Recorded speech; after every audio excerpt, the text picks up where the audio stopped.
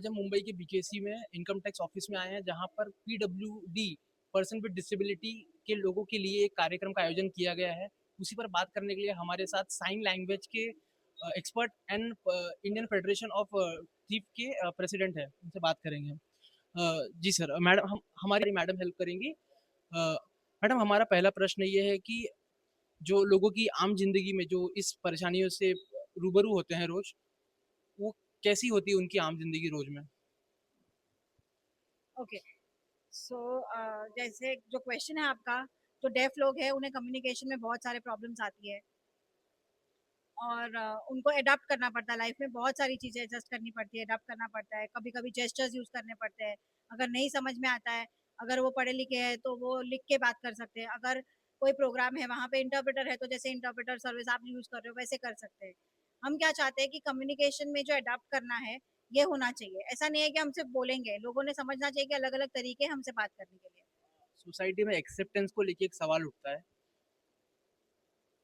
अगर आपको समाज में रहना है, तो समाज की कुछ रीत होती है, वो आपको समझनी पड़ती है, जैसे बोलना, खाना, सुनना। कहीं ना कहीं डिस्क्रिमिनेशन फेस करना पड़ता है आप लोग को। कभी कभी हाँ, सिचुएशन के हिसाब से डिस्क्रिमिनेशन होता है हमारे साथ। वो हमसे हम एडजस्ट नहीं कर वो एडजस्ट नहीं करते। हमेशा बोले जाता है कि हमें हमें एडजस्ट करना चाहिए उनके साथ। सोसाइटी को भी समझना चाहिए कि डेफ के साथ जैसे एक्सेसिबिलिटी के बारे में बात करते हैं, लोगों को समझ में नहीं आता। रैम्प है, ठीक है, ब्रेल के लिए हम लगा देते हैं, वो इनाफ नहीं है। आपको कोई प्रोग्राम है ह्यूमन एक्सेसिबिलिटी के लिए, जैसे इंटरप्रेटर होना चाहिए। हमें जरूरत पड़ती है इंटरप्रेटर्स की। कुछ लोग समझते हैं, कुछ नहीं भी समझते। अगर एक्सेसिबिलिटी आप नहीं देते तो हमें लगता है कि हम डिस्क्रिमिनेट किया जा रहा है हमारे अगेंस्ट। तो सोसाइटी टाइम चेंज हो रहा है, लॉज है हमारे पास। आरपीडब्ल्यूडी एक्ट जो है 2016 का, उसमें एक्सेसिबिलिटी के बारे में, इंटरप्रेटर के बारे में बहुत सारी चीजें कही गई है।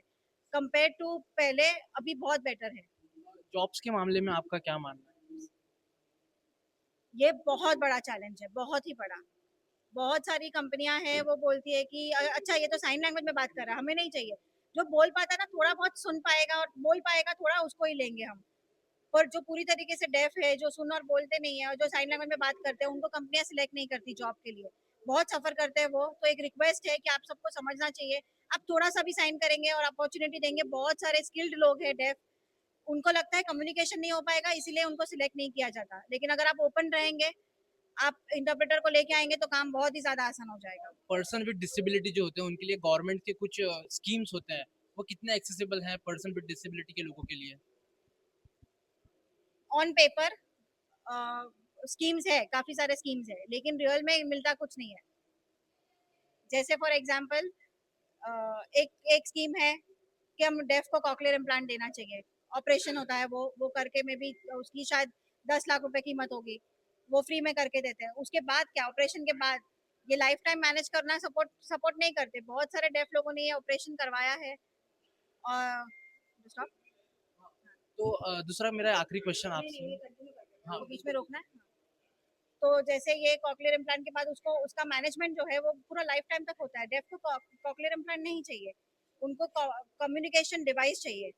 लैपटॉप है, मोबाइल है, ऐसा कुछ देंगे तभी होगा।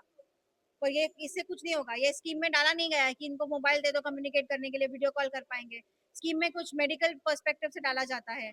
सोसाइटी का पर्सपेक्टिव, जो डेफ का पर्सपेक्टिव है, वो देखते नहीं है। तो स्कीम जब बनाई जाती है तब ऐसे प्रॉब्लम्स आती है। आपको क्या उम्मीद है आगे, क्या ऐसी कुछ चीज लाई जाए जो पर्सन विद डिसेबिलिटी के लिए हेल्पफुल हो?